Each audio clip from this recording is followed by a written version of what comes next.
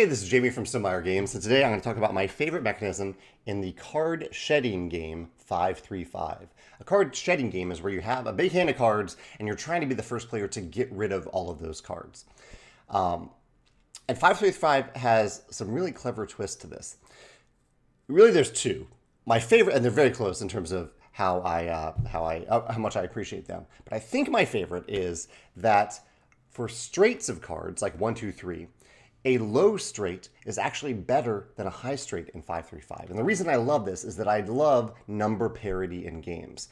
Typically in games, and in fact, including in 535, if I play 3 sixes, or no, there are no sixes. If I play 3 sevens, if you want to continue to play cards in that turn, you need to play something better than 3 sevens. You need to play 3 cards that are higher than 7, and so that means that higher numbers are generally better when they are in pairs or triples. They are better.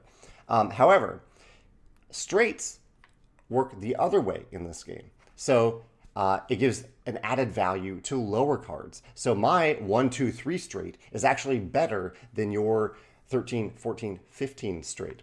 It means that if you lead off with a 13, 14, 15, that is the lowest of a lowest straight that you could actually offer, and I can beat that with a 1, 2, 3 straight. So I love this number parity, that higher cards are better for pairs and triples and quadruples. Actually, you can't play quadruples in this game. You can only play up to 3 cards, which is another neat constraint. But yeah, pairs and triples, better for higher numbers. Lower numbers are better for straights. That's really cool. The other thing that I think is really neat in here is that in most card shedding games, you have to match the whatever is played. So if I play a pair of 3s, you also need to play a pair that's better than that pair of 3s. In this game, one of the options that you have on your turn is to actually add to the cards that are there. So if I've played a pair of 3s, or if you've played that, and I have a single 3 in my hand, I can add that 3, I can meld it. I can meld that 3 into the pair that you've had, turning the played set of numbers into triples, from a pair into triples.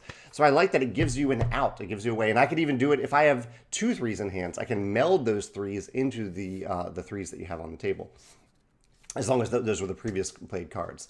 So I really like this as well. There's kind of a secondary option. If you can't beat the cards that are played out there, you can meld into the current cards that were played by the previous player. Yeah, I think that's really cool. 2 really neat mechanisms in this great shedding game 535. I've had a lot of fun with it so far and can't wait to play it again. It does help that I crushed my opponents in my first game of this, and I look forward to seeing if that was a fluke or not. So let me know your thoughts on 535 or shedding games in general in the comments below, as well as the topic of number parity. I have a whole video about number parity if you want to check that out, but I love the idea in games where lower value numbers have not necessarily an equal value to higher numbers, but a special utility that makes them as valuable in certain circumstances as higher numbers. Thanks.